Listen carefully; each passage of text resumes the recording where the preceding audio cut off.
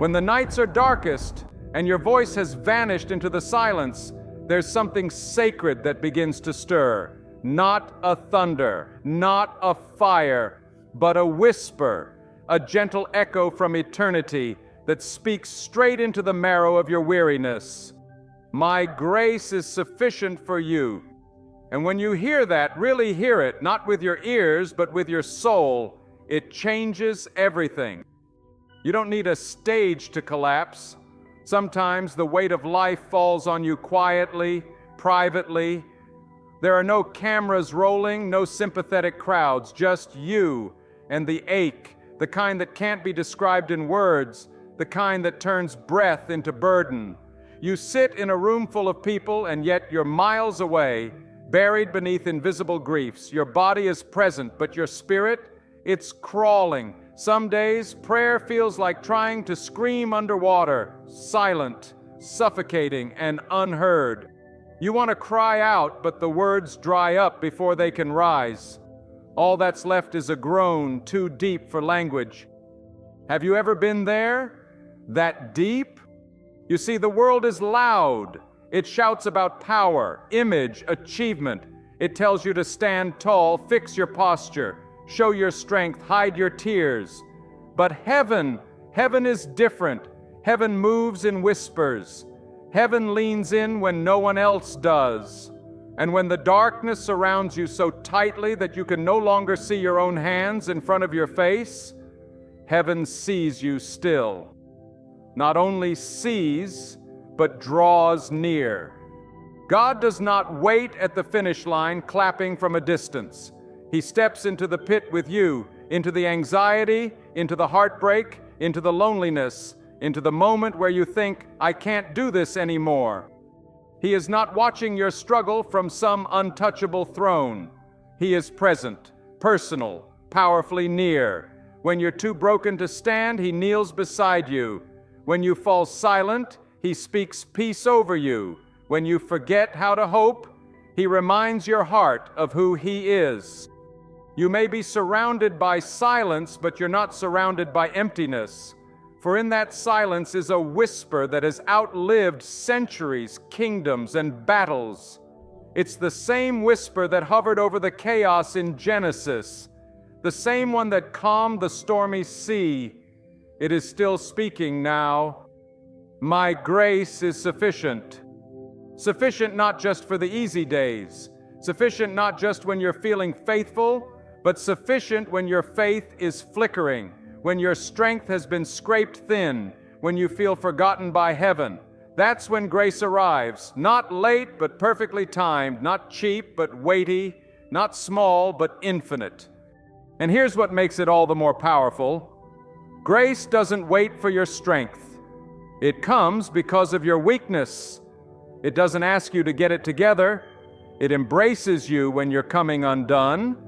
It does not shame you for not having enough. It fills the gap and says, I am enough for the both of us.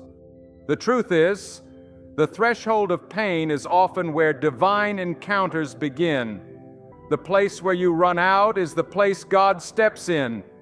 And the moments when you feel like you've lost everything are the very moments heaven has been waiting for. Because only when your hands are empty can He place something eternal into them. This is not romantic suffering. This is not holy masochism. This is the sacred paradox of heaven, that power is made perfect in the broken places, that light shines brightest in the dark, that you meet the heart of God not in the peak of your performance, but in the pit of your collapse. Have you ever noticed that Scripture is filled not with perfect people, but with shattered vessels? We preach sermons about David the king, but God loved David the weeping shepherd. We marvel at Paul the apostle, but it was Paul the prisoner who wrote, Most gladly, therefore, will I glory in my infirmities, that the power of Christ may rest upon me. The power of Christ doesn't rest upon success, it rests upon surrender. And sometimes, surrender looks like sitting still in your weakness and saying, God, I have nothing left, but I'm still here. That's enough. That's when heaven moves. There is a tenderness in God that we often miss. We think He's waiting for the polished version of us, but He is drawn to the mess. He does not recoil from our wounds. He wraps Himself in them. Emmanuel, God with us, not just in Bethlehem's manger, but in your sleepless nights, not just on Calvary's cross, but in your daily battle to keep breathing. Even the name Jesus means Savior, but not just from sin, from despair, from hopelessness, from the lie that your story ends in this valley. He didn't just die for you, He stays with you. When friends don't understand, when the phone doesn't ring, when your prayers seem unanswered, He stays. And though the tears still fall, though your hands may tremble, though your heart feels like glass, there's a voice still whispering, "My grace is sufficient." And that whisper, it's louder than every lie, stronger than every wound, deeper than every regret. It will carry you. You don't need to pretend to be strong. That's not your assignment. Your assignment is to yield, to open your clenched fists and let His strength hold you together. So if today you find yourself at the edge, emotionally threadbare, spiritually silent, physically undone, this is not the end. This is the altar. This is the beginning. This is where resurrection begins. Because the God who whispers in the dark is not whispering defeat. He is whispering life. And when He speaks, dead things live. You are not too far gone. You are not forgotten. You are not forsaken. You are found. You are held. You are loved. His grace is not a theory. It is a presence, a power, a person. And today it is speaking to you. My grace is sufficient for you, for my power is made perfect in weakness. Strength. The world defines it by muscle, by posture, by volume and applause. But heaven defines it differently. In this kingdom, strength doesn't rise from self, it descends from surrender. It isn't built by control, but by collapse. And while the world celebrates the spotlight, God moves in the shadows, wrapping His arms around those too tired to lift themselves. You see, this is the paradox that breaks the back of pride. The more you try to build yourself without God, the more hollow you become. Because real strength, the kind that holds when everything else falls apart, cannot be conjured. It must be received. And it can only be received when your hands are empty, when your knees hit the floor, when your voice trembles with the honest cry, "Lord, I can't." This world teaches you to climb ladders, to chase success, to curate images. But the Spirit of God, He teaches you to bow, to kneel, to rest in a strength that is not your own. And when you finally stop striving, something holy begins to happen. When you quit pretending, when you quit fighting in your own flesh, God rushes in, not as a critic, not as a judge, but as a father. He doesn't wait for you to be impressive. He moves toward you when you are most undone. The world walks away when you break. God walks in. And when He does, He brings power that doesn't always feel like lightning or fire. Sometimes His power feels like breath in your lungs when you thought you'd suffocate. Sometimes it feels like a stillness in your bones that lets you sleep when anxiety screamed all night. Sometimes it's the strength to sit in the pain and know it won't consume you. Because God is not afraid of weakness. He's not intimidated by your tears.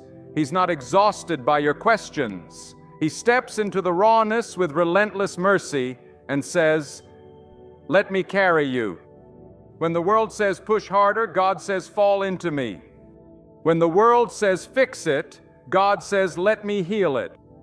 When the world says be enough, God whispers I am. Think of it. Our God, the one who painted galaxies into the night sky, the one who holds the oceans in the hollow of His hand, does not require your strength. He is not waiting for your performance. He longs for your presence, your surrender, your honesty. That is where He meets you. There's something sacred about the moment you give up trying to do it alone. The moment when you stop editing your prayers to make them sound strong. The moment when you come with empty hands and say, Lord, I'm done pretending. That is the moment heaven touches earth. God doesn't love a future version of you. He's not waiting for you to get it together. He loves you now in the ache, in the confusion, in the tired silence of your spirit. And He is not disgusted by your collapse. He is drawn to it. Because in the collapse, the clay is soft again. In the surrender, the heart is open. And where the heart is open, the Spirit moves.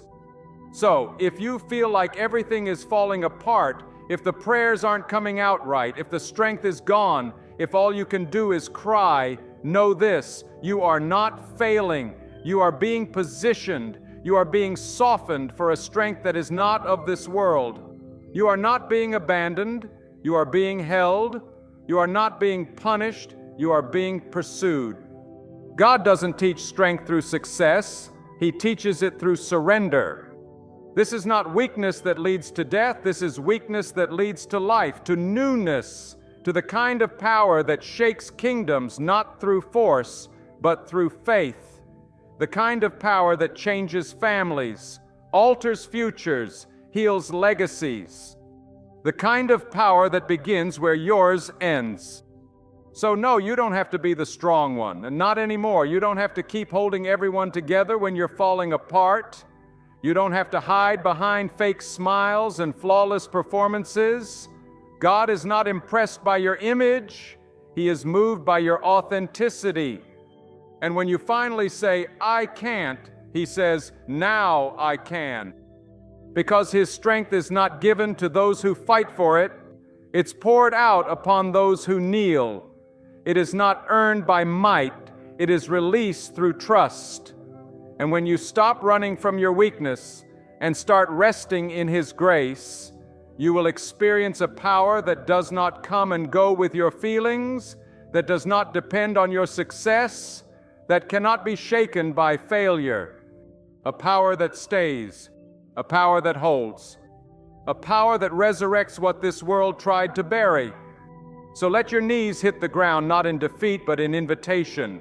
Let your tears fall not as shame, but as worship. Let your silence be filled not with fear, but with the voice of the one who says, I'm here, not watching, not judging, but holding, carrying, healing. Because you were never called to live by your own strength. You were never designed to bear every burden, solve every problem, or be everyone's savior. That job was already taken, and He has never failed. So fall into Him, not as one who is losing, but as one who has finally been found. You were never meant to be strong enough. You were meant to be loved enough by the one whose strength never runs dry. And His arms are open now. There is a moment, sacred and shattering, when all the scaffolding collapses, when your own strength, your plans, your control, your willpower, they all fail you. And in that space, quiet and trembling, you meet the truth that changes everything. The end of yourself is the beginning of God. It doesn't come with fanfare. There is no grand announcement, just the soft crumble of everything you thought would hold, and the terrifying stillness of nothing left beneath your feet. You try to stand, but your legs won't. You try to speak, but your voice breaks. You try to pray, but the words won't come. And so you sit still, empty, exposed. And that's where He comes. Not after you've pulled yourself together, not once you've figured out the next step. He arrives when the steps vanish, when you've exhausted your answers, when you're out of options and out of breath. That's when the heavens part, not with thunder, but with mercy. God doesn't wait at the border of your strength. He waits in the hollow behind it. He waits at the bottom, where everything man-made has failed, and all you have left is the aching whisper, God, I need you. And the moment that whisper escapes your lips, all of heaven leans in, because He's not drawn to your performance. He's drawn to your poverty.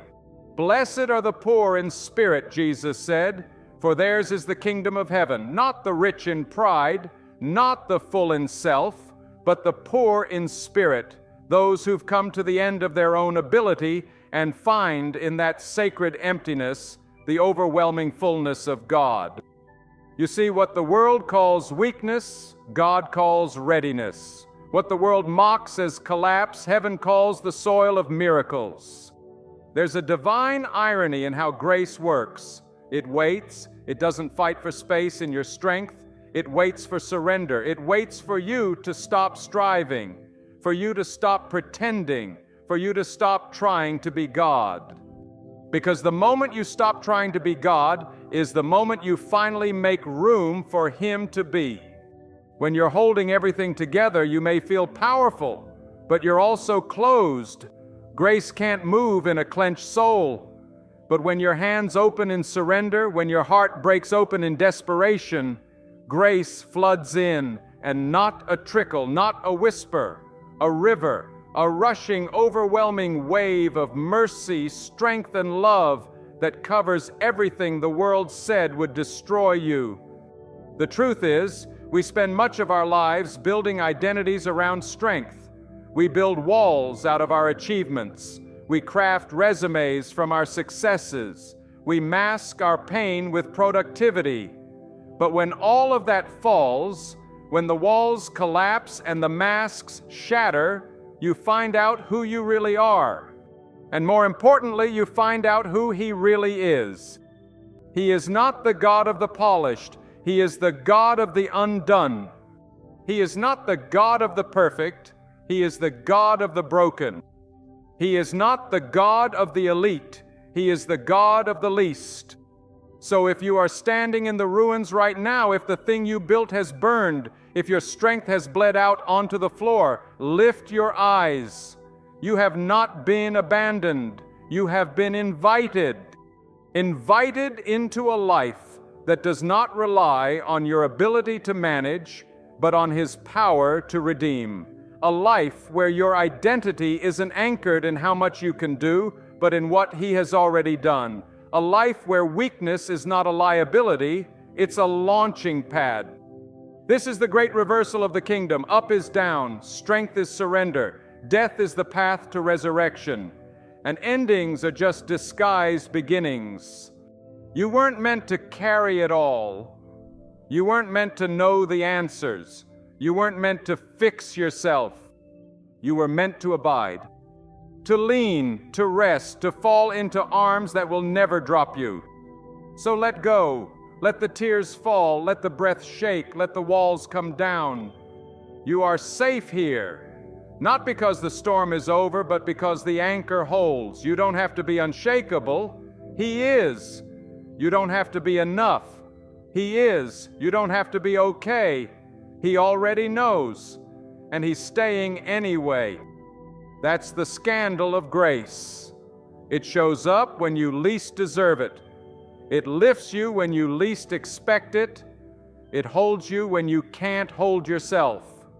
You see, it was never about proving your worth. It was always about receiving His.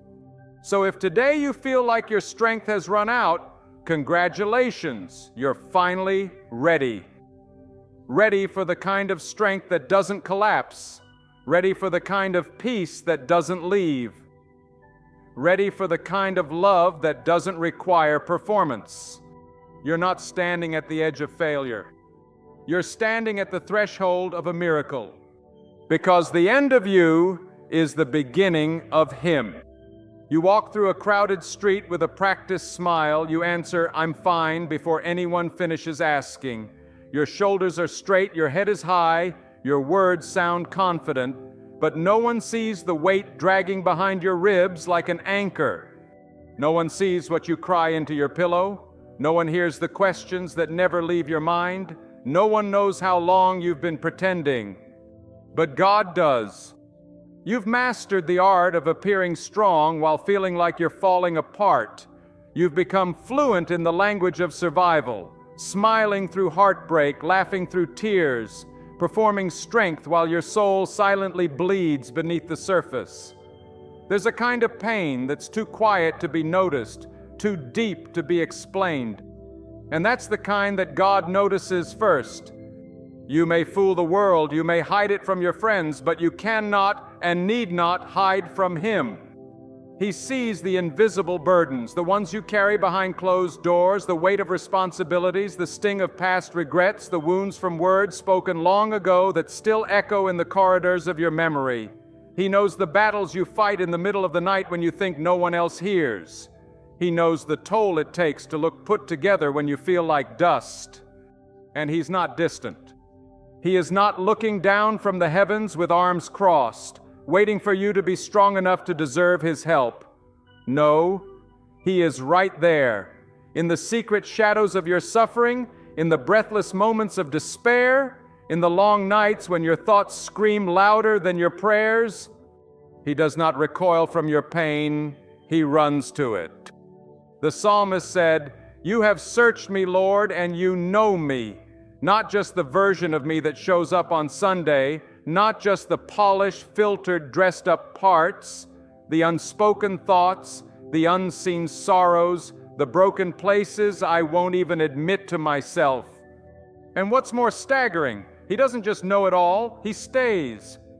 In a world that leaves when you're too much to handle, He moves in closer. In a culture that says, "Get over it," He says, "I'm here." In relationships that collapse under the weight of your wounds, He becomes the one who carries them. You may feel like a burden to others, but to God you are beloved. You may feel overlooked in a crowd, but to God you are fully seen. You may feel like your soul is bending under the weight of it all, but His hand is already beneath it, holding you together when everything in you wants to fall apart. He sees your sleepless nights and your silent battles. He hears the questions you don't dare ask out loud. He knows the trauma you've buried so deep, even you forgot where it lived. And still, He does not walk away. Some of you have cried until the tears dried up, wept until you felt numb, and still wondered, "Does anyone see me?" Yes, heaven does. The God who knit you together in your mother's womb knows every detail of your ache, and He does not waste pain. Even the sorrow you've hidden behind your smile has not escaped His notice. Every private heartbreak is a thread He weaves into His tapestry of redemption. Nothing is meaningless. Nothing is missed. He is closer than your breath, nearer than your thoughts, and more committed to your healing than you are. You've walked with your head high and your heart low for too long. But God doesn't require you to be strong for Him. He is the strength. He is the refuge you were afraid to ask for. He is the rest you didn't think you deserved. He is the friend who never gets tired of listening. So let the mask fall. Let the smile drop for a moment. Let your soul breathe. Let yourself be real. Because He can only heal what you give Him access to. And He is not afraid of your truth. He is not shocked by your struggle. He is not disappointed in your exhaustion. He understands it. He entered into flesh and felt it Himself. He wept, He bled, He broke for you. And now He comes, not to demand strength, but to offer it.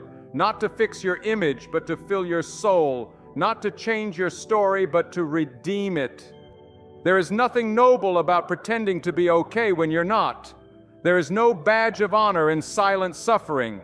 You were not made to carry this alone. So hear this with your spirit. You are not weak for needing help. You are not a failure for feeling tired. You are not less valuable because you've struggled to stand.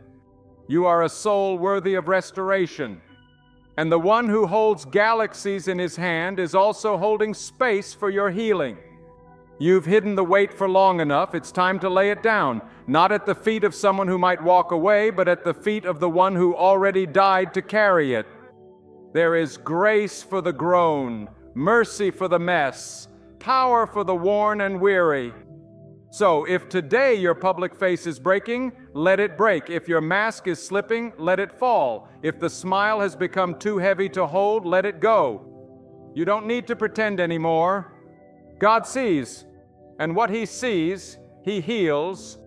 Sometimes it feels like the silence is eternal. You've prayed until your voice cracked. You've fasted until your body trembled.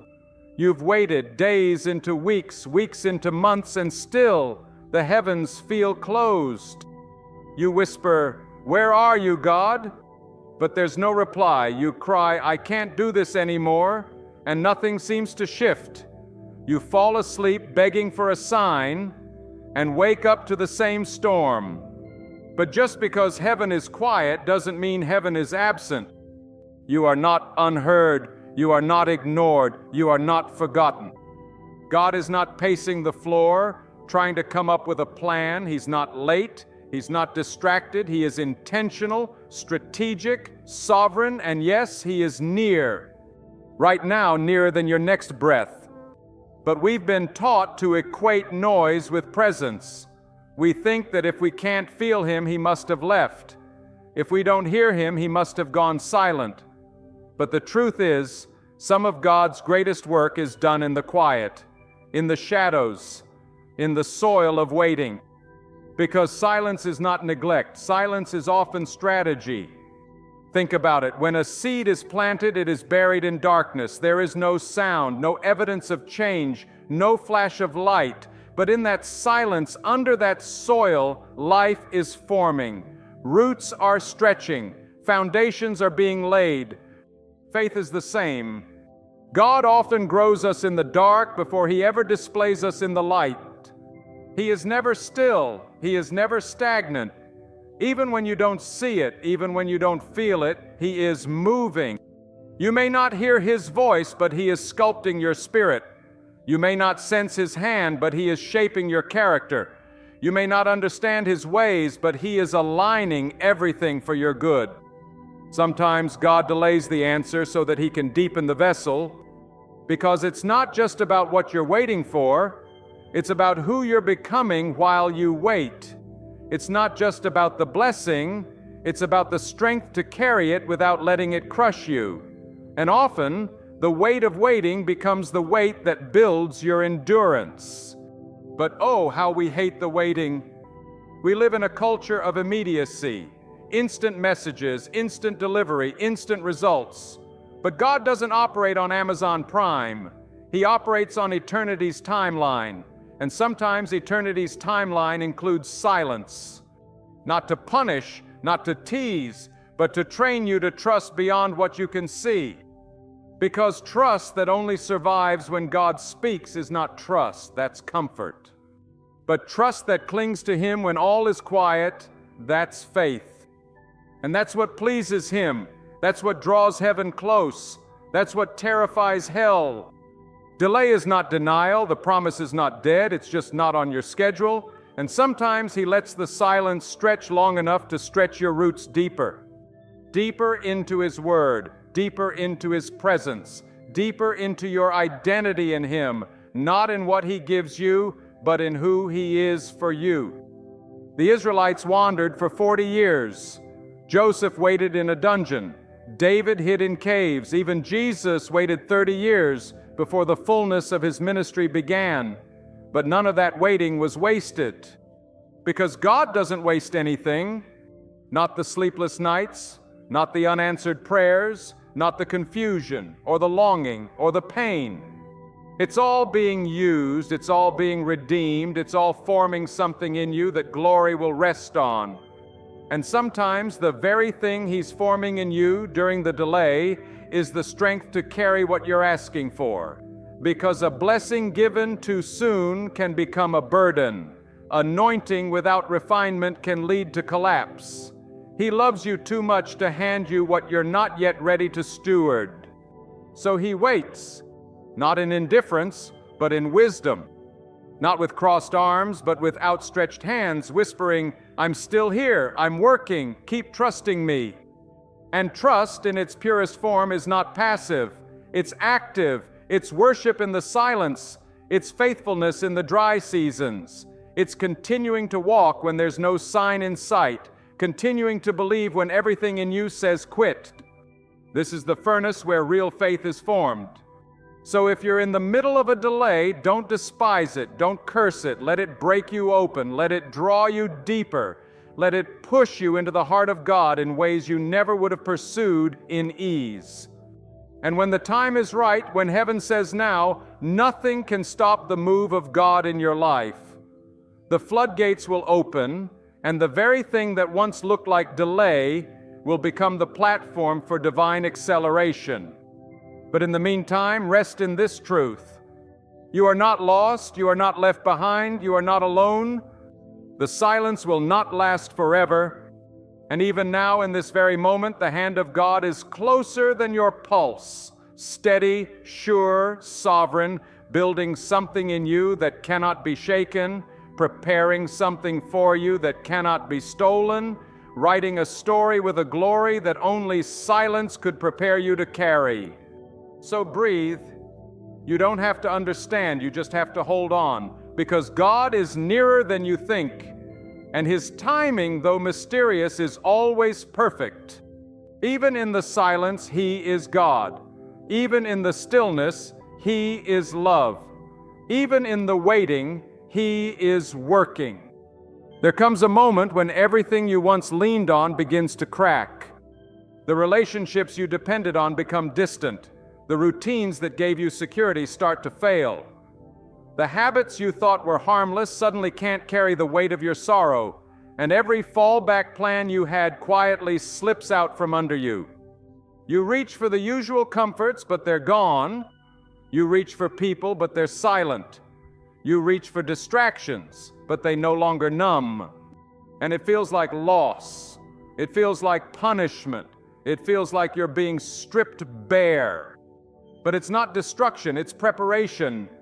God is not cruel when He removes the crutches. He is kind, He is good, He is setting you free, because sometimes the only way to teach a soul to fly is to take away everything it uses to crawl. And we crawl, oh, how we crawl. We crawl toward validation, we crawl toward routines, we crawl toward comfort, noise, control, anything that shields us from the ache. But God wants more than survival for you. He wants surrender. He wants transformation. So He removes what you've been leaning on, not to harm you, but to shift your weight onto Him. Not to expose your weakness, but to awaken your need. Not to punish you, but to pull you closer. This isn't rejection. This is divine rescue. Because we don't cling to God when we still have plan B. We don't fully trust when we still have something else to fall back on. We don't surrender everything while still gripping something. So He gently, faithfully begins to strip it all away. Not because He wants to leave you with nothing, but because He wants to show you that He is everything. Sometimes He removes the friend so you'll remember He's your closest one. Sometimes He dries up the resource so you'll discover He's the source. Sometimes He closes the door so you'll stop knocking on what was never meant to open. And the silence, the stillness, the unfamiliarity, it terrifies you, because humans crave the known. Even if the known is broken, we'd rather limp with familiarity than leap into the unknown. But God doesn't want you limping anymore. He wants you leaning, fully, utterly, completely. And leaning only becomes possible when the crutches are gone. So if you find yourself today with nothing left to lean on, no answers, no clarity, no backup plans, then you're right where God wants you. This is not a void, it's a vacancy, a space He's about to fill with something that cannot be shaken. Because when you have no one else to call, that's when you finally hear His voice. When there's nothing left to numb the pain, that's when His comfort becomes real. When your arms are too tired to hold yourself up, that's when His strength lifts you. What you thought was the end is the beginning of divine dependence. And dependence is not weakness, it is the doorway to power. You were never meant to be self-sufficient. You were never designed to carry it alone. You were created with need that was always meant to lead you to Him. But we build our lives around substitutions. We build identities around performance, around money, around influence, around relationships, and then we wonder why it all feels fragile. Because it is. It was never meant to be your foundation. So God, in His mercy, shakes what can be shaken to reveal what cannot. He removes every idol we trusted more than Him. He tears down the altars we built to things that cannot save, and in the rubble we find something eternal. We find that He was never asking us to be enough. He was waiting for us to admit we weren't, so He could be. You may be grieving the loss of your fallback plan. You may be aching over the friend who left, the door that closed, the job that fell through, but hear this. God's not just taking things from you, He's making space in you, space for real joy, space for real strength, space for His presence, His power, His provision. And where you once relied on a fragile crutch, He is building you a foundation, not one made of sand, but of stone, of fire-tested faith, of unshakable hope. You're not being abandoned, you're being anchored. It just feels like loss because you've never walked this free before. It feels like falling, but it's really flying into the arms that will never let you go. So stop mourning what God has removed. Start thanking Him for what He's revealing. He's not taking away what you need. He's showing you that what you need is Him. And when you finally come to the end of your props, you'll discover the beginning of His power. No more masks, no more false dependencies, no more pretending. Just a soul raw and surrendered, just a heart cracked wide open and ready, just you and the God who never leaves. So let the supports fall, let the idols break, let the silence stretch, because when all you have is God, you will finally find He is more than enough. Strength is not born in the palace, it is born in the pit. It is not forged on the throne, it is forged in the cave, in the dungeon, in the prison, in the wilderness. You don't become a warrior in the comfort of the feast. You become a warrior in the famine when the only thing that keeps you breathing is a promise you haven't seen fulfilled. When faith is all you have left, and even that feels like it's hanging by a thread. Look through the pages of Scripture and you'll find a pattern. God does not anoint in comfort, He anoints in chaos. He does not prepare His greatest vessels in palaces. He prepares them in pressure. Think of Joseph, anointed with a dream that nations would bow before him. But before the throne came the pit. Before the palace came betrayal. Before the reward came rejection. His brothers didn't believe in him. They sold him. Potiphar didn't protect him. He imprisoned him. And the cupbearer didn't remember him. He forgot. But God did not. Because the pit was not a detour. It was the path. The prison was not a failure. It was a furnace. And while Joseph sat in the dark, the promise didn't die. It matured, it deepened, it rooted itself in places that success could never reach. So that when Joseph finally stood before Pharaoh, he didn't just carry power, he carried perspective. He knew who got him there. He knew who held him when everything else let go. Or Elijah, mighty prophet, caller of fire, voice to kings. But after his greatest public miracle, where did he end up? In a cave, alone, depressed, exhausted, begging God to take his life. And what did God do? Did He scold him? Did He remove his calling? No. He whispered, not in the fire, not in the wind, not in the earthquake, but in the silence. Because sometimes strength is not given in the roar. It is given in the stillness. Sometimes God doesn't thunder. He breathes. And then there is Jesus, our Savior, the Son of God, the one with all authority. Even He was not exempt. Gethsemane, that garden of grief, that sacred soil where the weight of the cross crushed Him before the nails ever pierced His hands, where He sweat drops of blood and cried out, Father, if it be possible, let this cup pass from me. And heaven did not remove the cup, but heaven did send an angel. Strength was not the absence of agony, it was the ability to endure it, to say, nevertheless, not my will, but yours be done. That is power, that is surrender, that is strength the world will never understand. Because strength in the kingdom isn't proven by how loud you roar. It's proven by how long you endure, by the resolve to remain standing when everything in you screams to run, by the courage to keep walking when the path disappears beneath your feet. So if today you find yourself in a pit, if the promise feels dead, if the cave feels endless, if the fire is all around you, you're not being destroyed, you're being developed. You're not being punished, you're being prepared. The world says if it's hard, it must be wrong. Heaven says if it's refining you, it must be right. Because strength that is not tested cannot be trusted. Anointing that is not crushed cannot carry weight.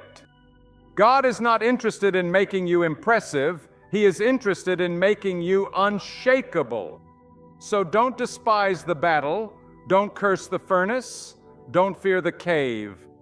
David found God in the cave. Joseph found favor in the prison. Elijah found a whisper in the silence. Jesus found resurrection on the other side of Gethsemane. And you are about to find out that your current fire is not your final chapter. It is the place where strength is being forged in you that cannot be shaken. It is the place where every lie of the enemy is being burned away. It is the place where the raw steel of your faith is being hammered into a sword. You are not weak because you're in a battle. You're in a battle because you are strong. Because God doesn't send the weak into war to be slaughtered. He sends the called into fire to be refined. And when the smoke clears, when the dust settles, you will not emerge the same. You will not just survive, you will rise, with scars, yes, but also with strength, with a limp maybe, but also with glory. And the world will ask, how did you make it through? And your answer will not be, I figured it out. It will be, God carried me through. The pit didn't break you, the cave didn't define you, the fire didn't consume you, because the one who walks with you in the fire is fire himself. And when he is present, even your ashes become altars. Even your defeats become declarations. Even your wilderness becomes your weapon. So walk on, warrior. The battlefield is holy ground, and the fire that surrounds you today is the very place where the breath of God will ignite your calling tomorrow. There is a kind of strength that does not shout. It doesn't need applause. It doesn't demand attention. It does not clench its fists or raise its voice. It simply stands quiet, steady, unyielding. This is the strength that heaven loves. The strength that stays faithful when no one is watching. The strength that rises again after being knocked down for the 100th time. The strength that whispers, God, I trust you, through trembling lips and tear-streaked cheeks. This is the kind of strength the world overlooks, because the world equates strength with noise, power with dominance, might with spectacle. But not God. God measures strength by endurance, not volume. He sees your choice to keep going when your heart is broken as one of the greatest victories of faith. He sees your tears as prayers. He sees your silence as worship. He sees your shaking hands lifted in praise as a declaration of war against the enemy's lies. It takes strength to keep believing when your miracle hasn't come.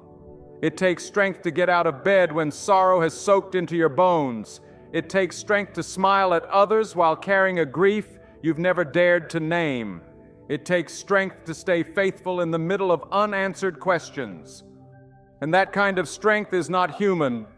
It is divine, heaven-sent, God-breathed. It is the supernatural power of God keeping you upright when the world would expect you to collapse. It is the invisible hand that holds your spine straight in the face of despair. It is the Spirit whispering through your soul, don't quit, I'm with you. Do you understand how precious that is? When you're too tired to run, but you keep walking, that is worship.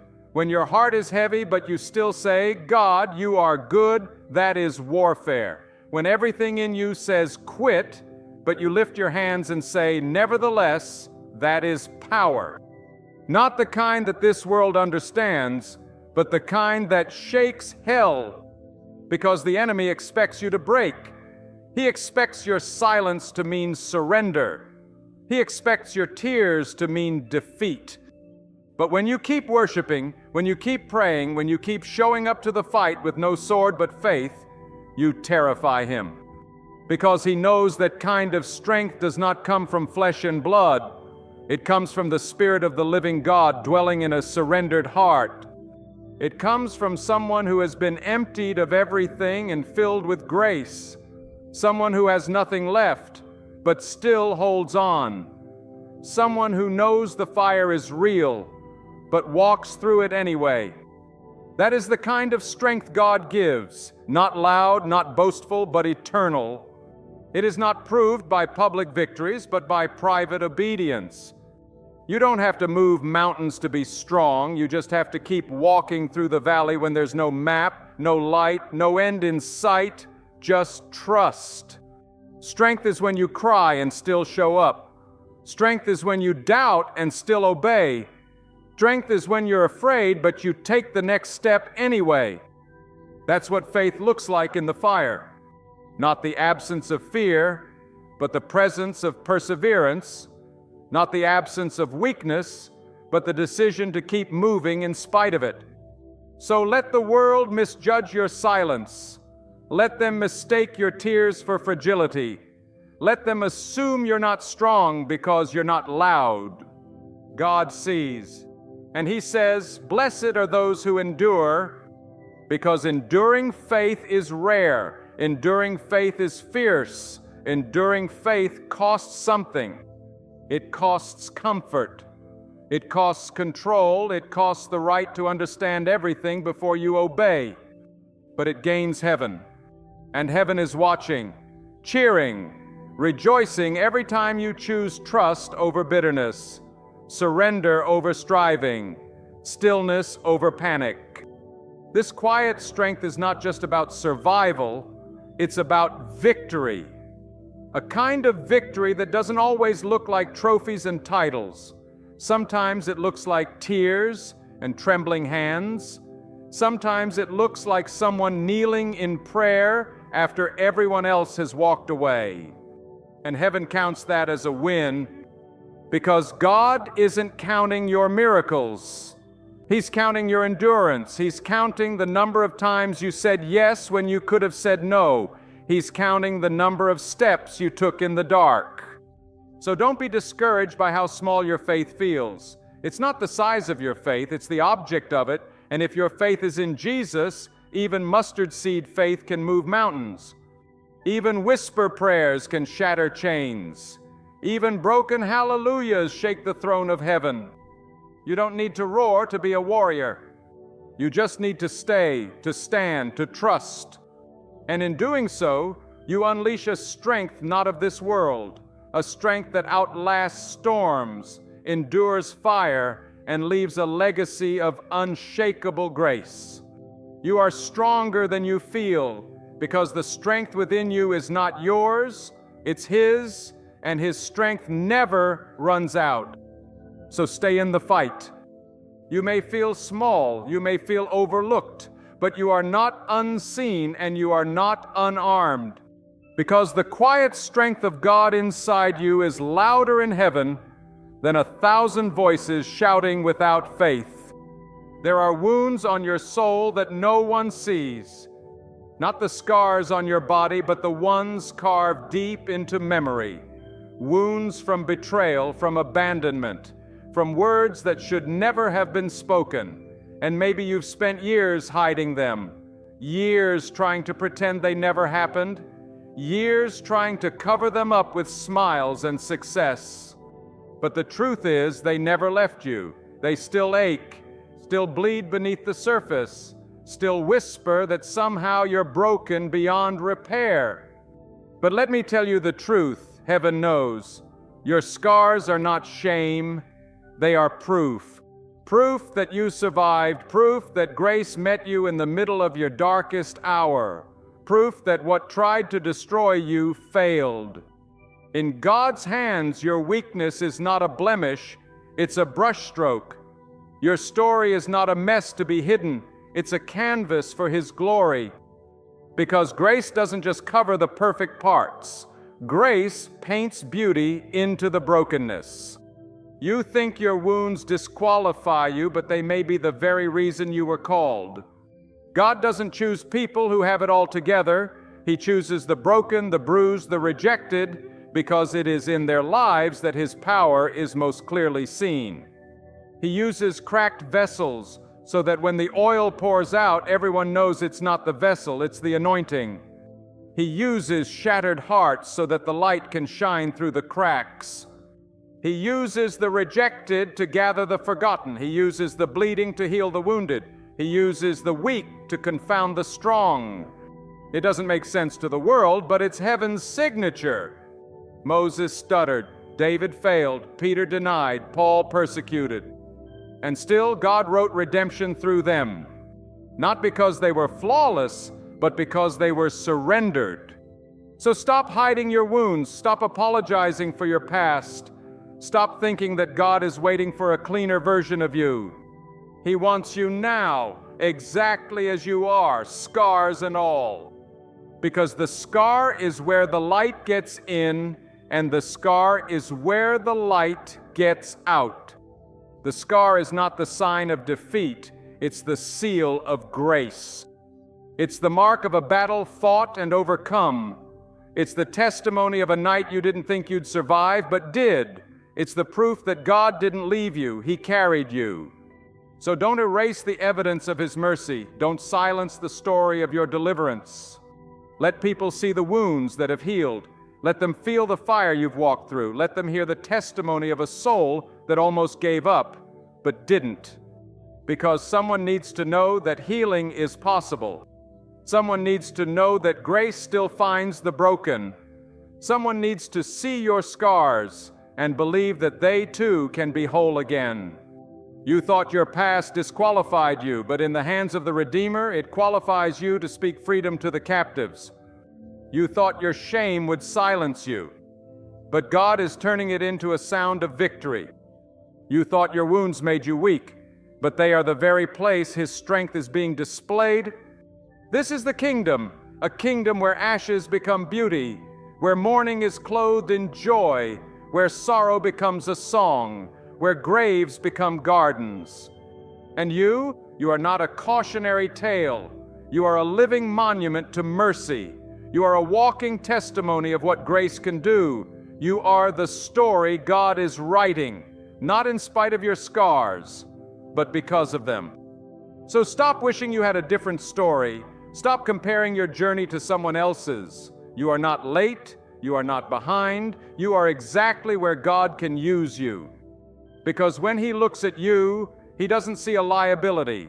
He sees a vessel, a chosen one, a warrior with battle marks that shine with the radiance of redemption. And when the world asks, how are you still standing?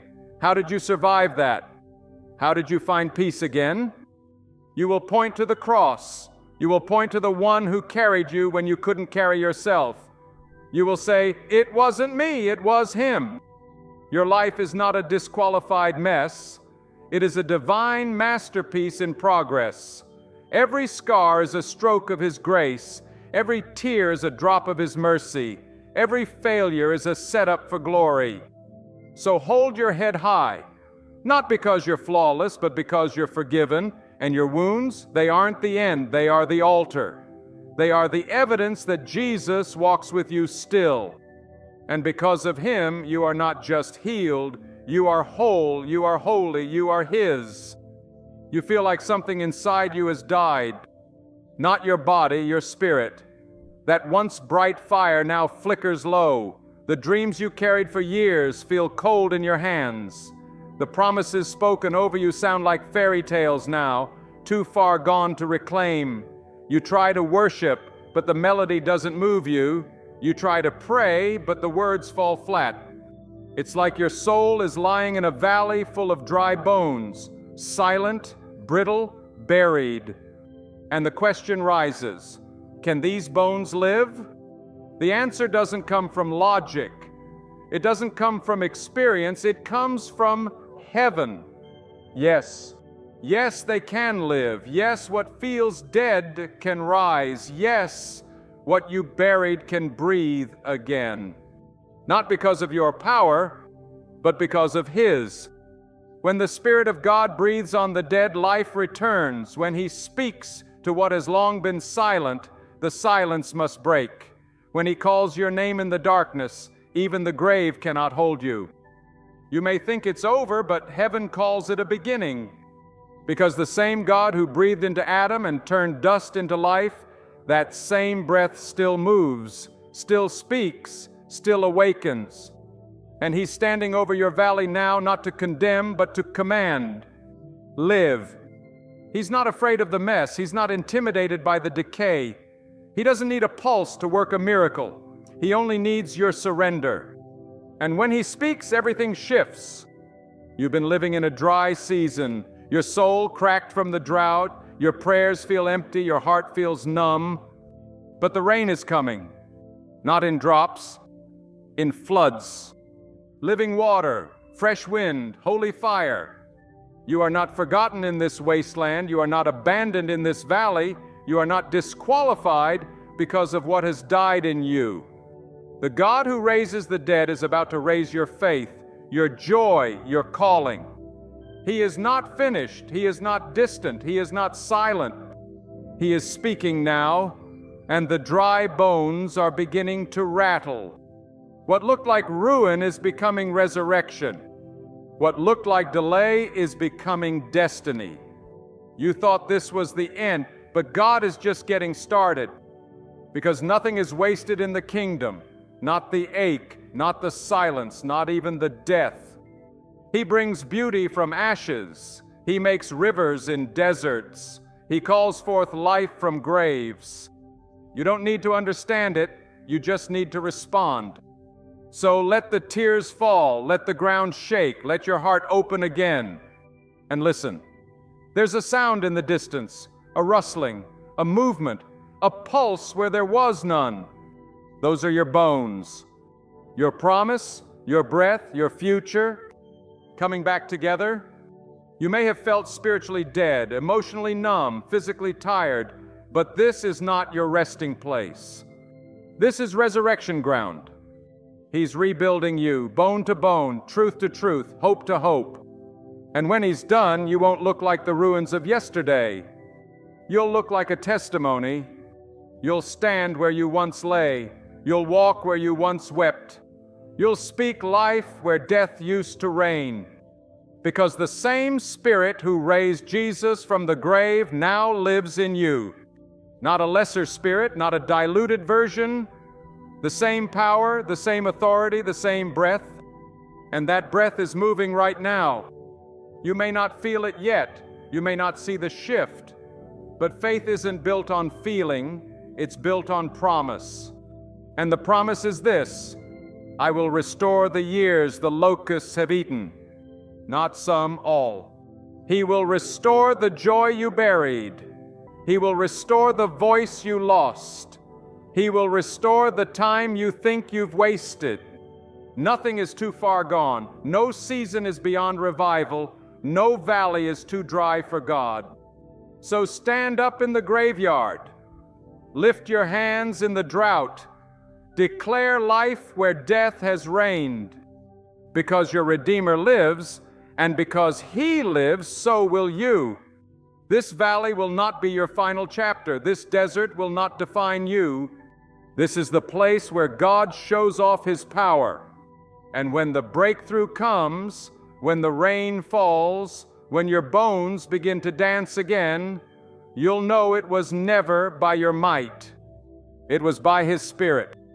There will come a moment, perhaps not with trumpets, not with flashing lights, not even with the crowds watching, when everything turns. The tears that once soaked your pillow, they'll be replaced with peace so deep it silences every fear. The nights you cried yourself to sleep, they'll become a memory overshadowed by mornings filled with quiet joy. And you'll know in that moment it wasn't me, it was God.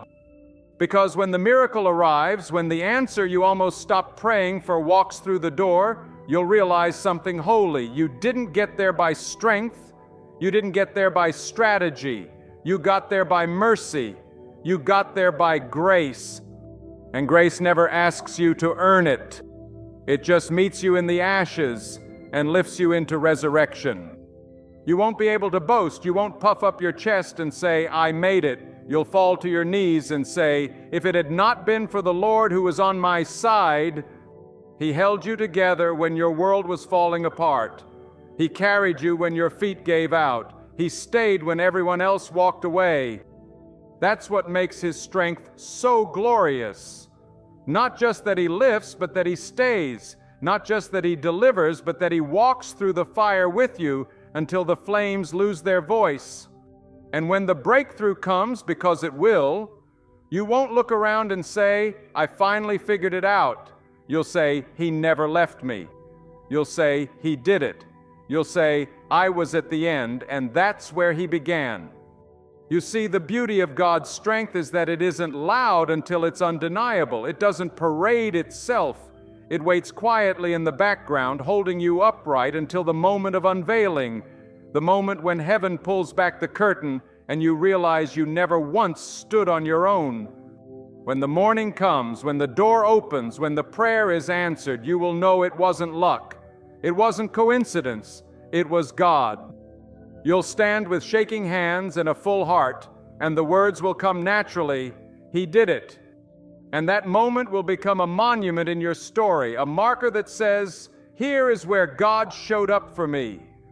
You'll point to it when others are in the storm. You'll carry that testimony into the lives of the hurting. You'll speak with authority, not because you read it in a book, but because you lived it. Because you've walked through midnight. You've bled in silence. You've wept in the shadows. And now, standing in the light, you carry the oil of endurance. This is the pattern of heaven. God doesn't just rescue. He writes redemption into every detail. He turns your pain into a pulpit. He turns your tears into power.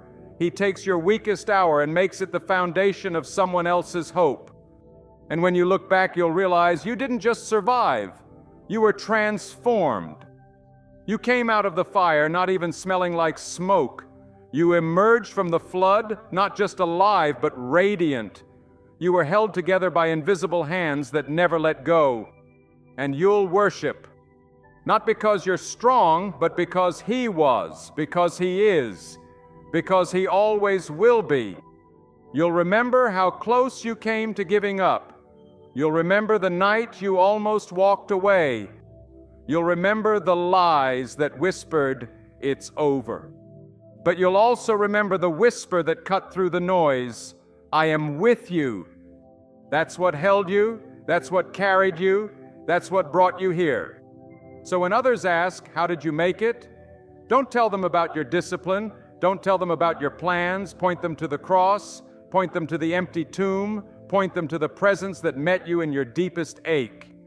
You didn't get here because you never broke. You got here because God held your broken pieces together. And now the same hands that held you are placing a crown on your head, not one of gold, but one of glory, the kind of glory that says, this one endured, this one trusted, this one leaned when they could have left. And your reward, it's not just in the blessing, it's in the becoming. You're not who you were. You're stronger, you're deeper, you're anchored in something eternal. The storms came, but you didn't sink. The fires raged, but you were not consumed. Because God was with you, because God was for you, because God is faithful. So stand now, lift your voice, raise your hands. Not because you've won in your strength, but because you're living proof of what grace can do. You are the evidence, and the world will see it, hell will fear it, and heaven will rejoice in it. Because your story screams one truth louder than any other: God did it. You are not alone.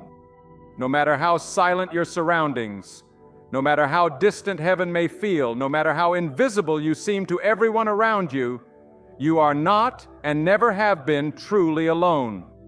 That aching in your chest that longs to be seen, that whisper in your soul that wonders if anyone notices, that fear that maybe, just maybe, you're too far gone for someone to care, it's a lie.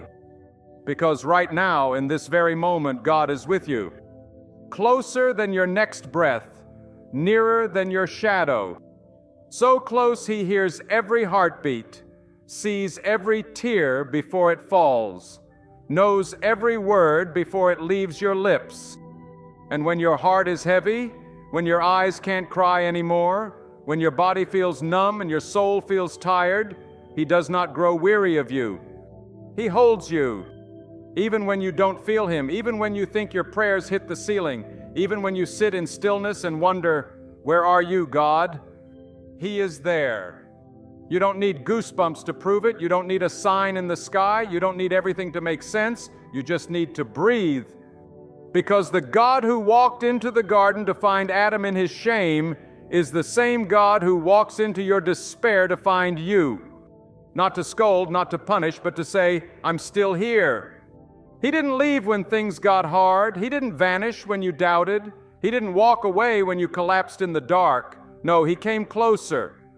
He whispered through the silence, wrapped Himself in your sorrow, and stood guard while you slept. That's the kind of Father He is.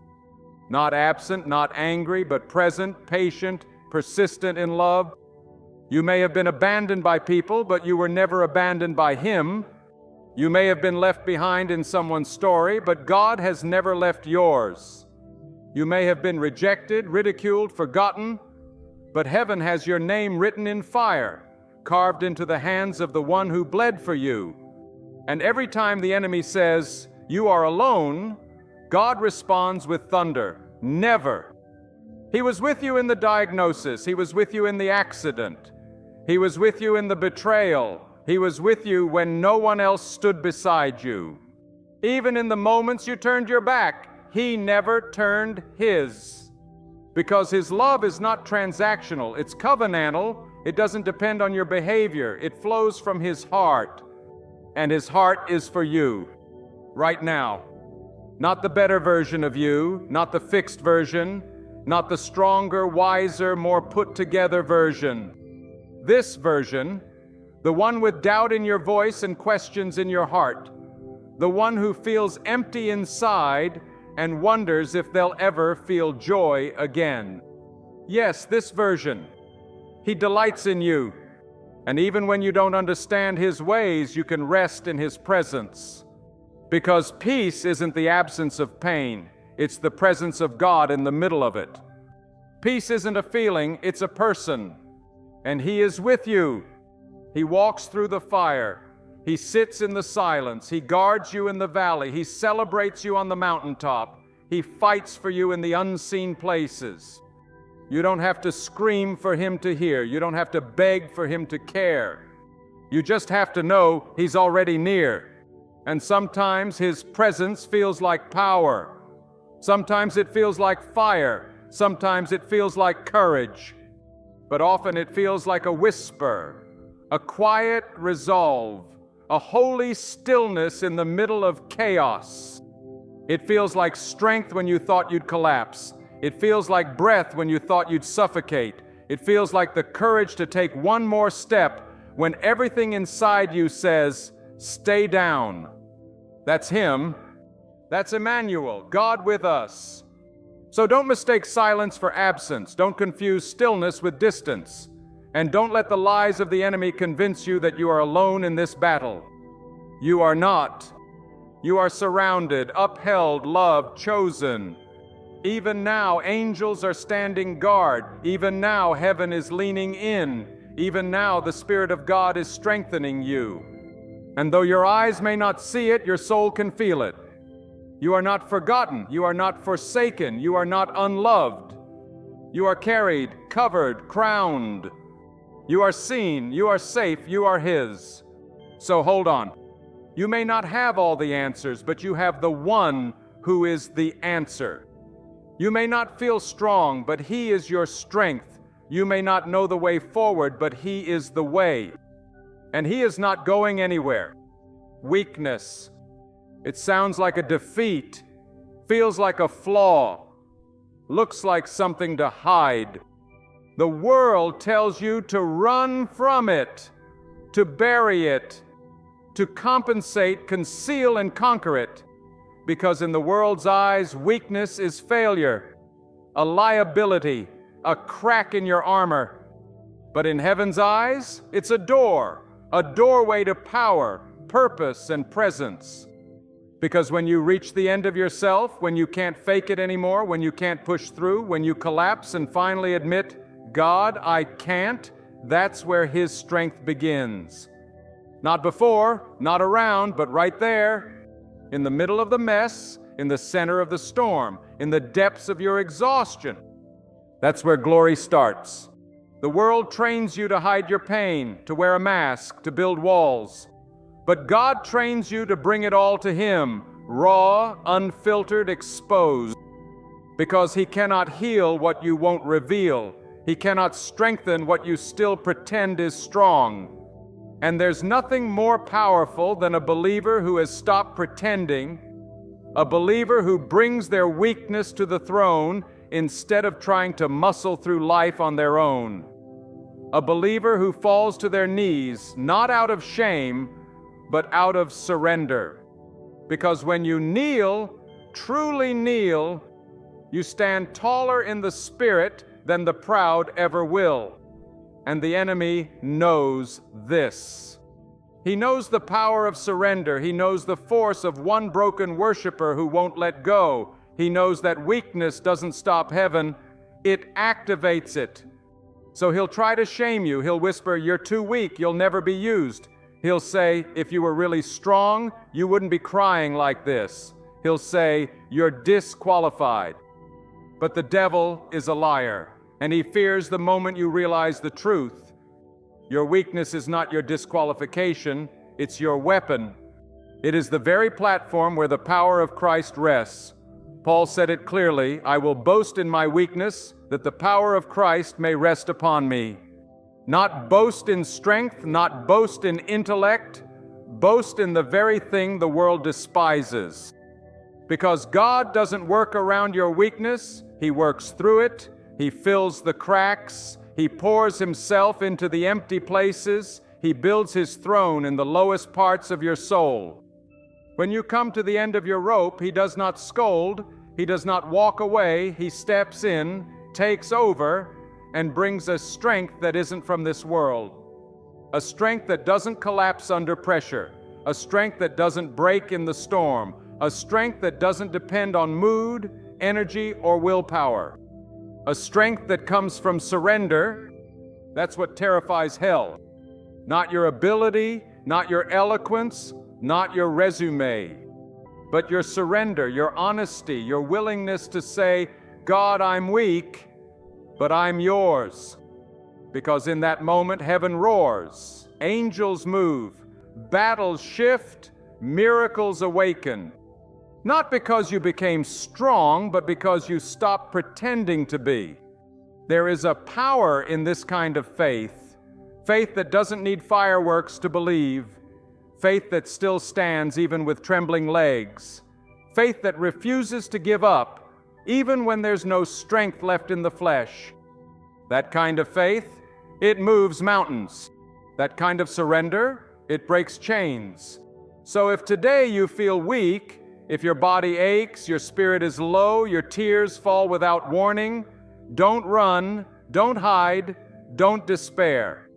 You are right where God does His best work, where the soil is soft, where the pride has been stripped, where there's no more pretending left. And in that sacred space, He moves. He lifts, He restores, He empowers, and He doesn't ask you to rise on your own. He wraps you in His arms and says, this one is mine. So stop trying to be the strong one.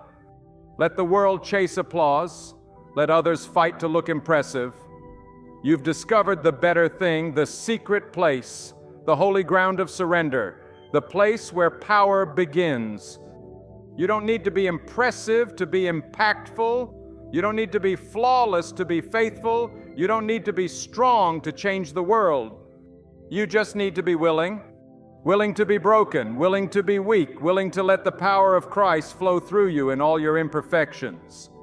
Because that's where the miracles happen. That's where the presence rests. That's where revival begins. Not with pride, not with perfection, but with one whispered prayer. God, I can't, but you can. And heaven says, watch me. There comes a point when you feel completely emptied. You've given all you had. You've poured out every last drop of strength. And still the need remains. Still the struggle continues. Still the mountain hasn't moved. You whisper, I don't know how much longer I can do this. And somewhere deep inside the question creeps in, is there anything left in me? But what you don't realize is that this emptiness you feel is the exact condition for heaven to fill you. You've come to the end of yourself, and that's exactly where God begins. Because divine strength doesn't require your reserves. It doesn't lean on your stamina, your perfection, your endurance. It requires only one thing: surrender. God's strength is not scarce. It's not rationed. It doesn't run out when life demands too much. It overflows in places where we come to the end of our limits. You see, your tiredness doesn't scare Him. Your weariness doesn't disqualify you. Your inability is not an obstacle. It's an invitation. He's not asking you to lift the burden alone. He's asking you to let Him carry it with you. Better yet, to let Him carry you. Because He does not grow tired. He does not grow weary. And His arm is never too short to save. Isaiah said it plainly, those who wait upon the Lord shall renew their strength. Not might, not maybe, shall. It's a promise. Not a motivational quote, not a poetic idea, a holy decree written into the DNA of heaven. Those who wait, those who lean, trust, rest, shall rise, shall mount up on wings like eagles, shall run and not grow weary, shall walk and not faint. Why? Because they're no longer pulling from themselves. They've tapped into something eternal. So if you feel weak today, if you're barely holding on, if every step feels like wading through mud, you are in the perfect place for God to move. This isn't the end of your story. This is the beginning of His strength being revealed through you. You're not losing your power. You're exchanging it. You're trading human exhaustion for divine empowerment. You're trading survival for supernatural strength. This is what heaven offers, not just enough to scrape by, but more than enough to overcome. Because the strength God gives is resilient. It doesn't depend on caffeine or adrenaline. It's not built on routines or moods. It flows from the Spirit that raised Jesus from the dead. And that Spirit lives in you. That power breathes through your lungs. That authority beats within your chest. That source of strength anchors your soul in the fiercest storm. You may feel drained, but you are not dry.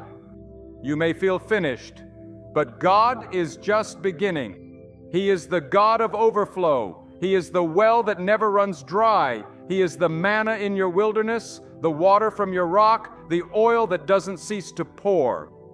He is enough, always, forever. So when you feel like quitting, don't. When you feel like breaking, bend. When you feel like collapsing, lean harder into Him. Because He is not a backup plan. He is the foundation. He is the source. He is the reason you're still breathing right now. Not because of your grit, but because of His grace. Not because of your will, but because of His whisper that says, keep going. And that whisper, it's louder than every lie the enemy throws at you. You're not strong enough. Yes, but He is. You're not good enough. Yes, but He is. You don't have what it takes. That's right, because He never asked you to. He only asked you to trust. So do that. Trust. Even when your hands are shaking, even when your eyes are red from weeping, even when your knees are raw from crawling. Trust that He who began a good work in you will be faithful to complete it. Trust that what He started in the fire, He will finish in glory. Trust that when your strength runs out, His begins. And not just a portion, not just a taste, but fullness. Fullness that floods, fullness that heals, fullness that revives every weary place in you. You are not empty. You are being filled. You are not weak. You are being strengthened. And when the world looks at you and says, "How are they still standing?" you'll point upward and whisper, "It was never me. It was always Him. He knows your name.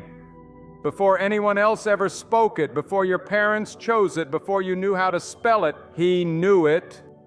He whispered it into existence. He carved it into the foundation of His purpose. He wrote it into the fabric of eternity, and He hasn't forgotten it. He knows your face, your voice, your scars, your thoughts. He knows what keeps you up at night. He knows what breaks your heart behind the smile. He knows what triggers your tears, even when you don't understand them yourself.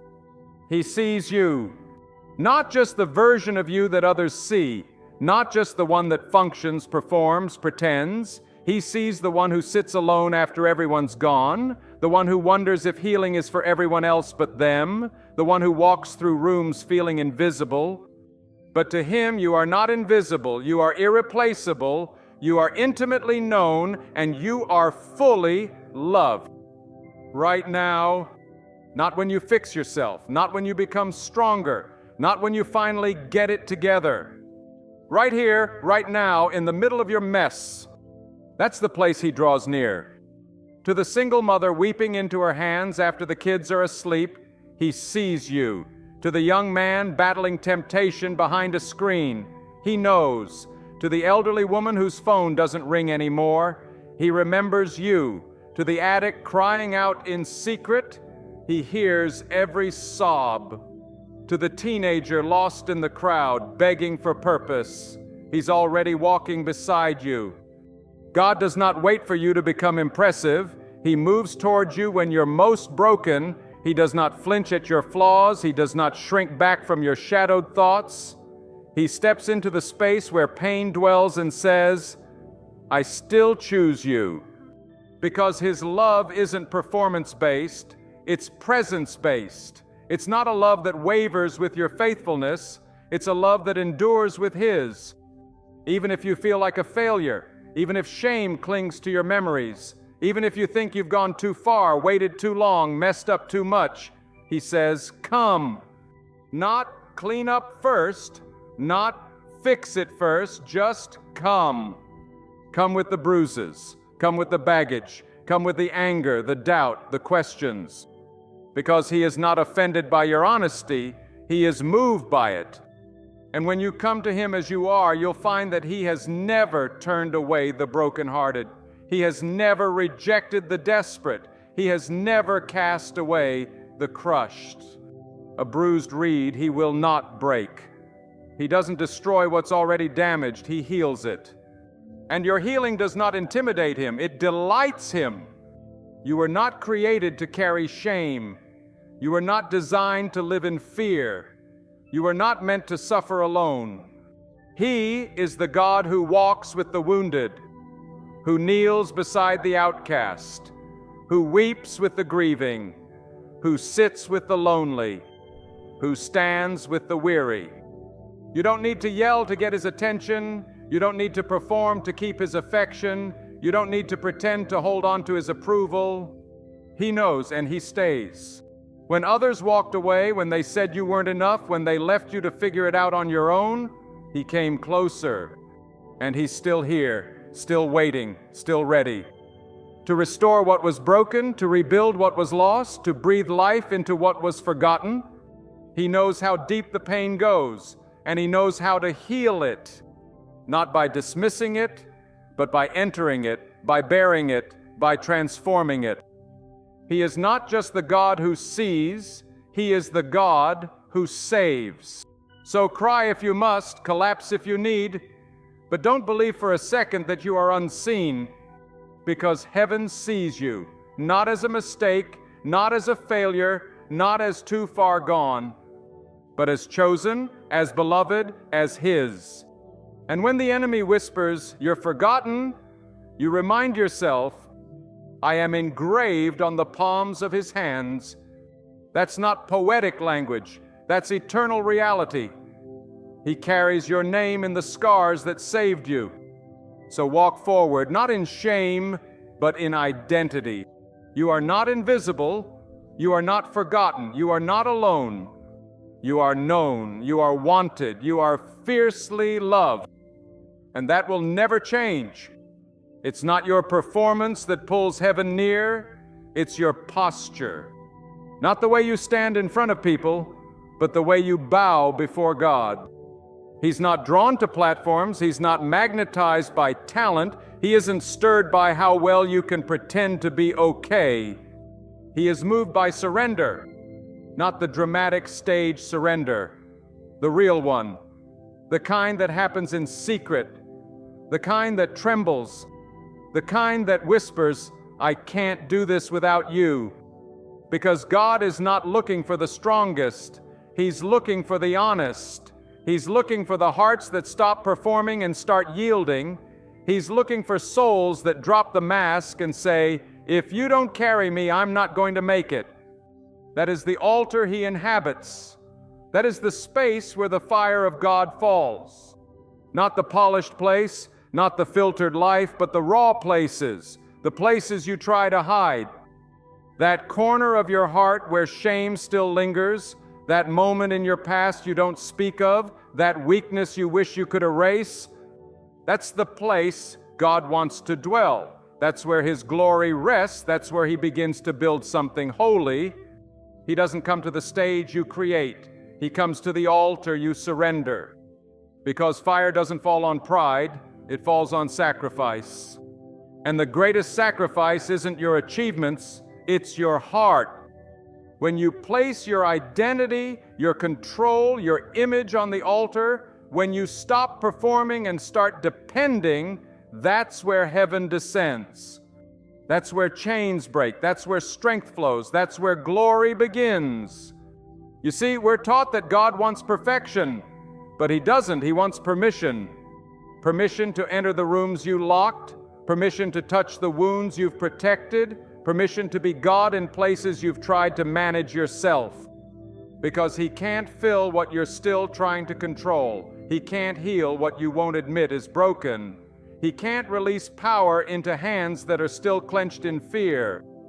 But the moment you release it, the moment you open those hands, bend those knees, soften that heart, everything changes. The Holy Spirit doesn't descend where there's performance. He descends where there's humility, where there's honesty, where there's a desperate cry that says, "I need you more than I need to look strong." And when you make that place, he comes, not with a whisper, but with fire, not with judgment, but with joy, not with condemnation, but with comfort. Because surrender is not a sign of defeat, it's the spark of divine transformation. It's where grace rushes in. It's where power begins to rise. It's where you stop striving and start soaring.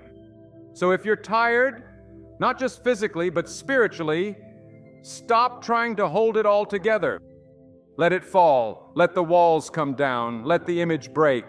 God isn't impressed by your curated strength. He's in love with your real self, the you that cries at night, the you that doubts sometimes, the you that aches for answers but chooses faith anyway. That version of you is the one he came for. That version of you is the one he died for. That version of you is the one he will anoint. Because that version doesn't rely on self. That version makes room for the Spirit.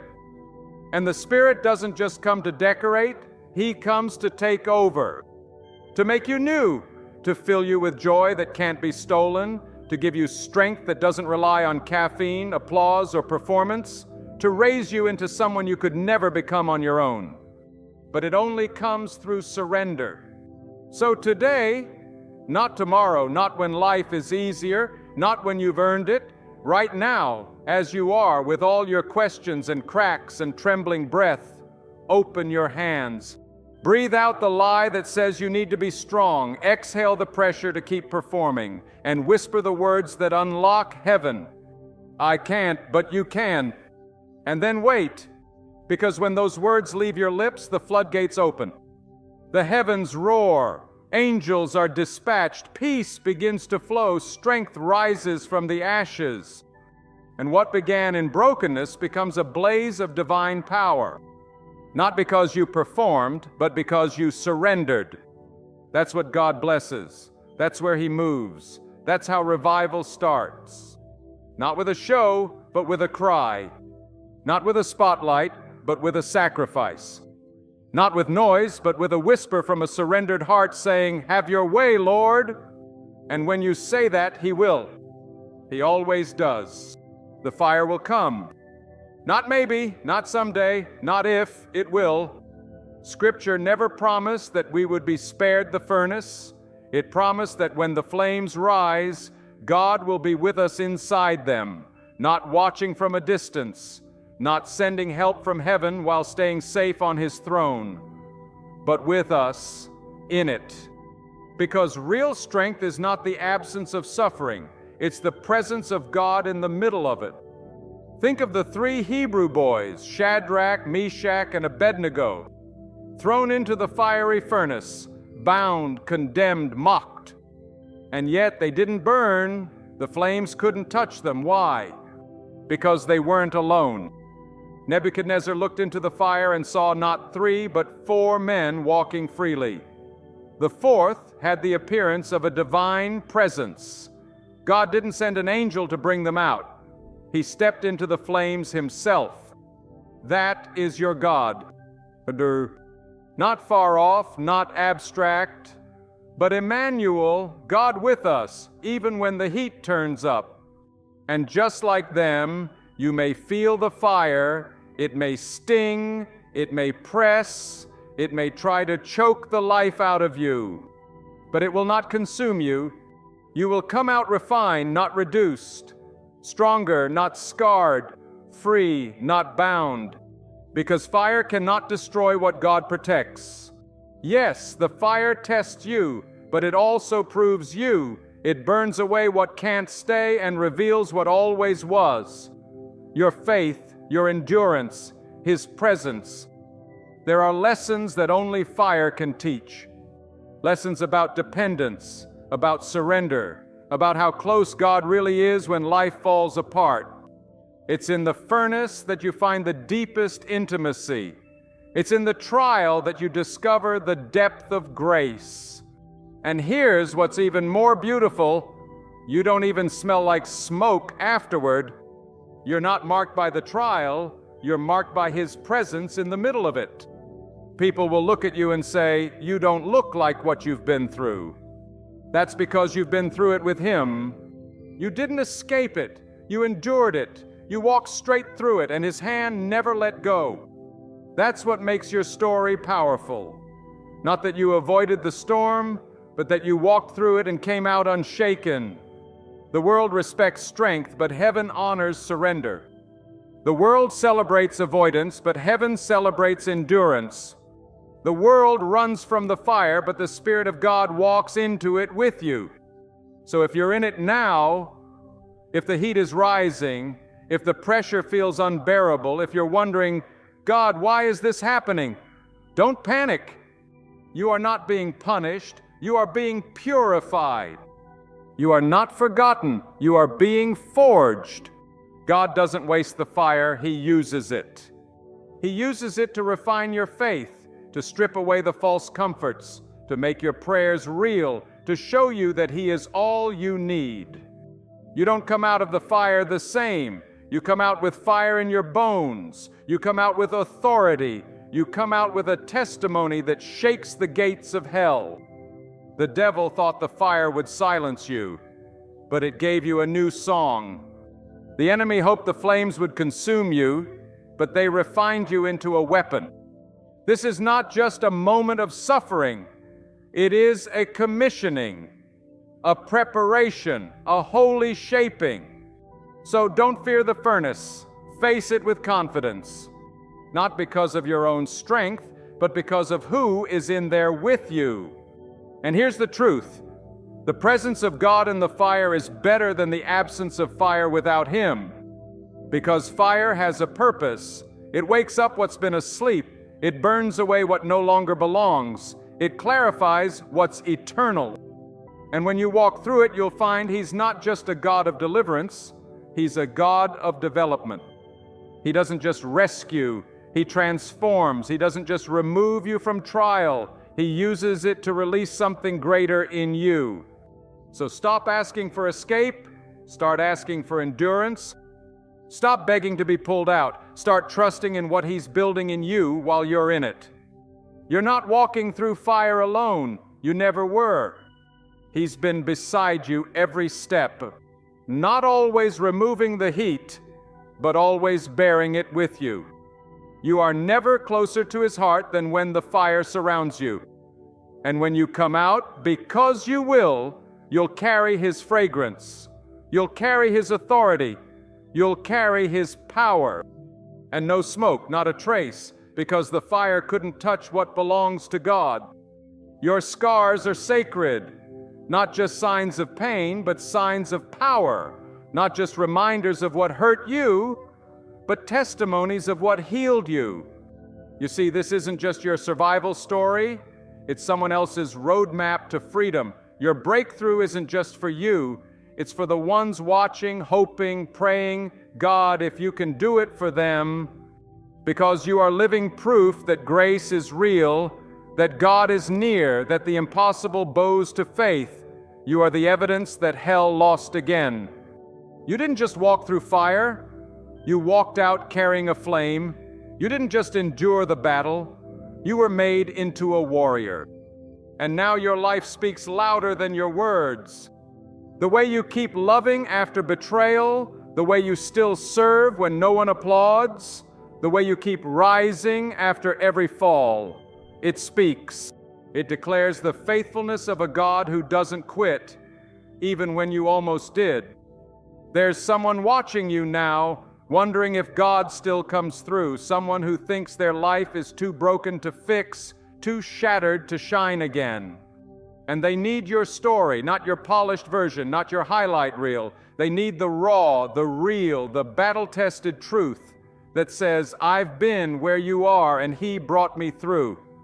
That's your power, that's your platform, that's your purpose. Not to impress, but to impact. Not to perform, but to pour out.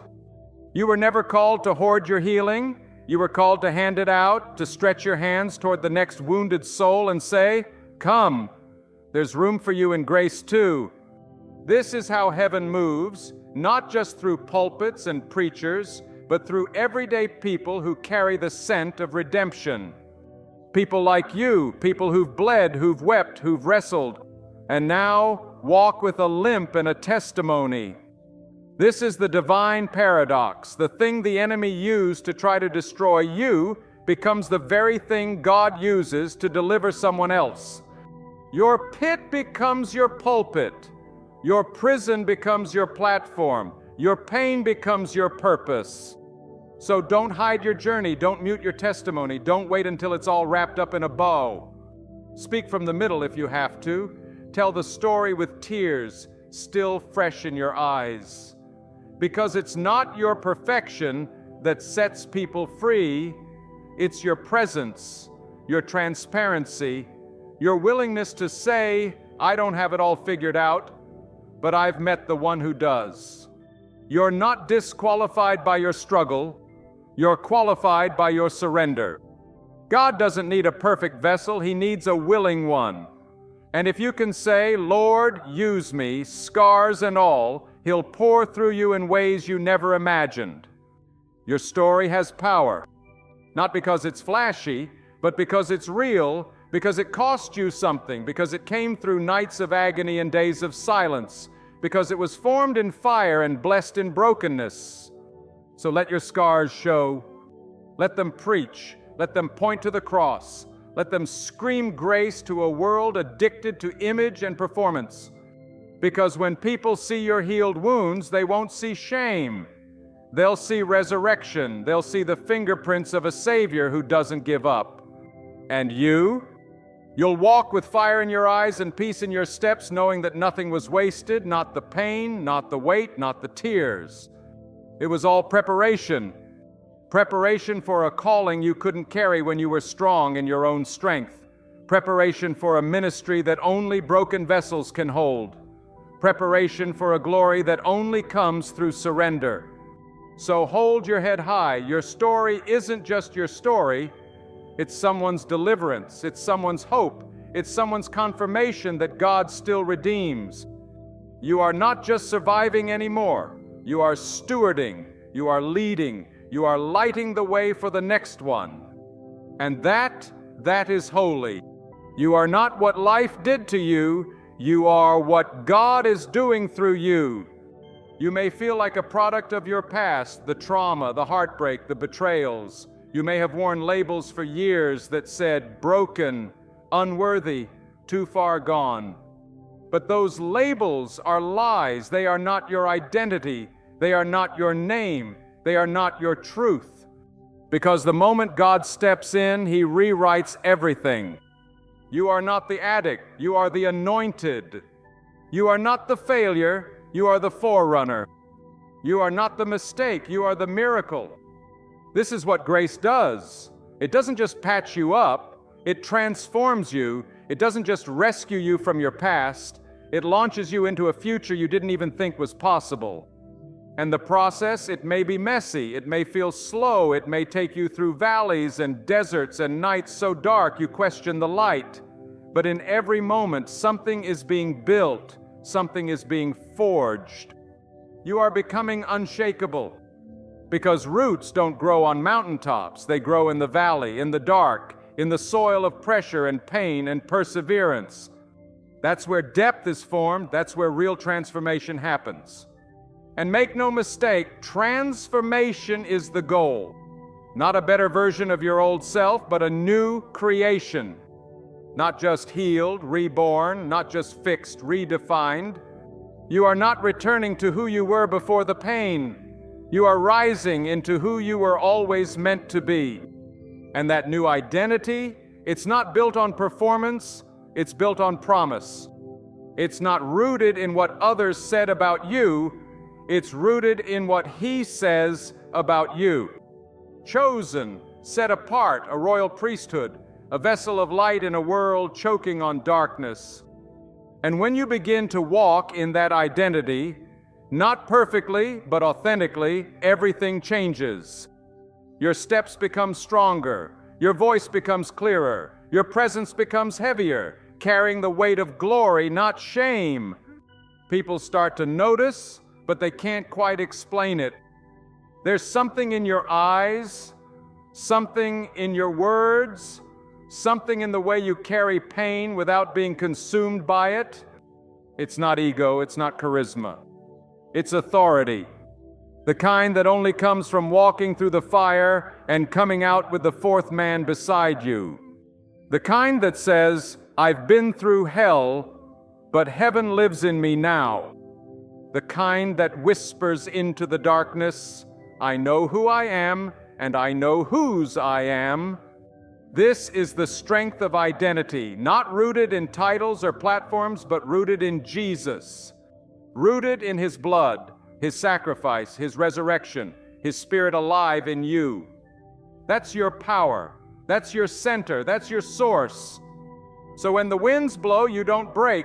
When the storms rage, you don't run. When the doubts come, you don't drown in them. Because you know you are planted, you are positioned, you are prepared. And in the drought, you still bear fruit. In the famine, you still flourish. In the silence, you still trust. Not because of you, but because of Him. Because your roots run deep past insecurity, past shame, past fear, into the bedrock of His faithfulness. You are not just enduring the valley, you are conquering it. With every step, you are crushing the lies. With every breath, you are proclaiming the truth. With every act of obedience, you are pushing back the darkness. You are no longer the one the enemy almost destroyed. You are the one heaven has anointed. And your identity, it isn't fragile, It isn't fading, it's fireproof. Because it wasn't given by man, and it can't be taken by man. You didn't earn it, so you can't lose it. It was gifted, sealed, secured by the blood. So walk like it, not with arrogance, but with confidence, not with pride, but with purpose. You don't have to wait to be approved, you've already been appointed. You don't have to fight for acceptance, you've already been accepted. So let go of who you were, even let go of who you think you should be, and step fully into who God says you are. Because in Him you are no longer a victim, you are a vessel.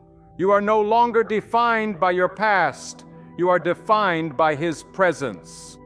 And when you walk in that truth, hell trembles.